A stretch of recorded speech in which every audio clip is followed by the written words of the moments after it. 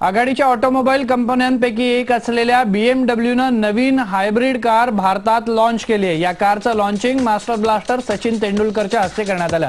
या कारचं वैशिष्ट्य म्हणजे ही कार इलेक्ट्रिक बॅटरी आणि पेट्रोल अशा दोन्ही प्रकारांवर धावू शकते। या कारची आणखी काय फीचर्स आहेत ते सांगतोय आमचा प्रतिनिधी अक्षय भाटकर।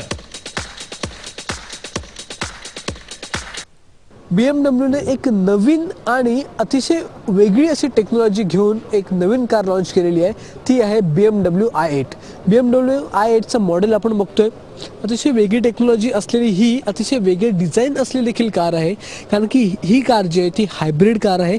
एका वेळी या कारमध्ये पेट्रोल इंजिन आणि बॅटरीवर चालणारं इंजिन देखील आहे। त्याच्यामुळे अतिशय वेगळी टेक्नॉलॉजी घेऊन BMW ही नवीन कार इंडियन मार्केटमध्ये सध्या लॉन्च केलेली आहे। अशा प्रकारची पहिलीच कार इंडियन मार्केटमध्ये आलेली आहे आणि सध्या जर आपण पर्यावरणाची जी काही हानी करतोय पेट्रोल डिझेल इंजिनामुळे, ती हानी कदाचित या कारमुळे कमी होईल, कारण की बॅटरीवर चालणारं इंजिन याच्यामध्ये आणि बॅटरीवर चालणारं इलेक्ट्रिक इंजिन असल्यामुळे यातून कोणत्याही प्रकारचा धूर किंवा प्रदूषण होत नाही। अशा प्रकारची ही कार आहे। या BMWची जी बॉडी आहे ती बॉडी देखील कार्बन फायबरची आहे, त्याचबरोबर स्टीलची आहे, त्यामुळे अतिशय हलकी कार आहे।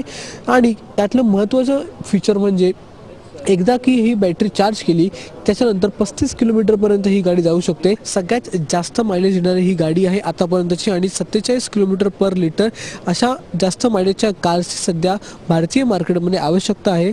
पण इतकी चांगले फीचर असले, इतकी उन्नत टेक्नॉलॉजी असली तरी देखील BMWच्या लौकिकाला साजेशी अशी या कारची किंमत आहे। जवळजवळ 2.25 कोटींच्या घराच्या आत या कारची किंमत आहे। त्याच्यामुळे सामान्य नागरिकांना ही कार केवढी परवडेल ते माहिती नाही, पण जे श्रीमंत नागरिक आहेत त्यांना नक्कीच ही कार परवडेल।